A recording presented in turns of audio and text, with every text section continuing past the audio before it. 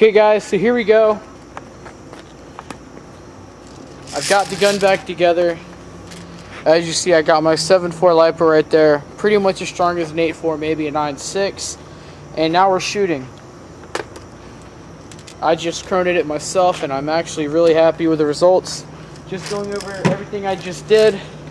I took the rails off to, make it look a little bit different. Some of y'all might think it's ugly. I think it's not a great improvement, but it looks different, just say. It makes it a whole lot easier to grip onto. But yeah, the main change we did was the fire selector switch. As you can see, it's nowhere near as loose as it was before, but it does what it needs to do. And then the final change, as you see right here, I wired the gun to Dean's. So let's go ahead and see what type of FPS readings we're going to be getting.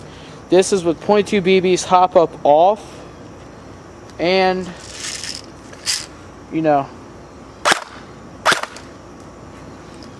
331, 334, 332, 332.8. So as you see, really consistent readings out of the box. Now full auto.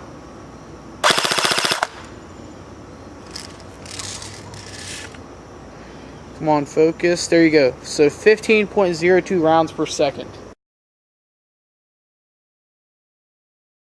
Okay guys, sorry about that. I don't know why I pushed the button to stop the video, but this is right at 90 feet. Here, I'll zoom back out, that way I didn't just stop the video to do that. So yeah, right at 90 feet. Keep in mind, I got the stock still folded in. This is with 2 OBBs and hop up is completely off.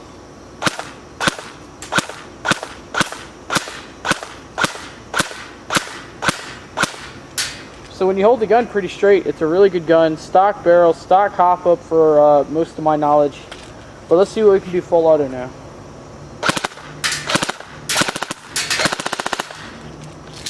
I think I'm out. Yeah, I'm out of BBs. Let me just see if I get any more out though.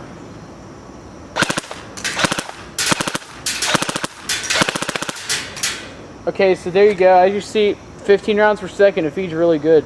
Okay guys, as you can tell by now, I've done split this up into a two-part video.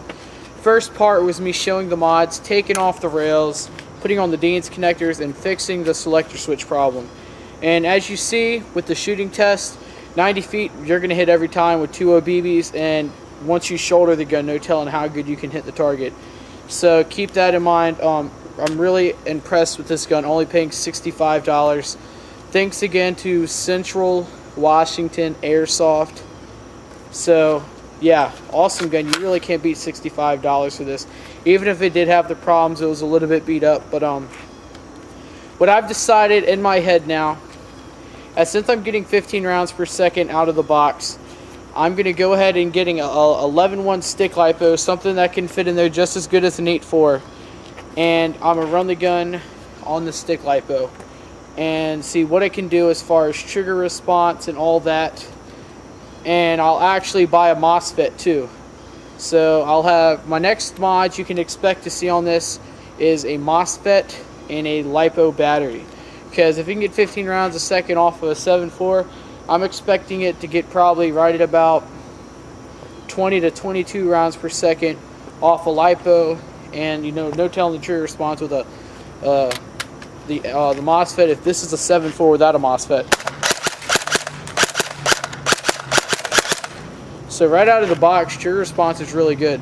So yeah, I can't wait to see what it can do then, because once I put the LiPo and the MOSFET in, I'm gonna run the gearbox till it dies and then start replacing parts. Okay guys, I hope you enjoyed the second installment of the UMP Project Gun video. Yeah, I know I haven't done much to the gun yet, but I've pretty much made it skirmish ready, and it's a $65 gun. So you can't beat the price. I've literally put no money except that Dean's connector on here, and that's it. Okay guys, I hope you enjoyed the video. I'm going to stop talking now. I'm talking to y'all to death about mindless stuff I keep repeating. But yeah, I can't wait to see where this gun goes in the future. Okay guys, until then, this is Whatcha Vlogs, and I'm out.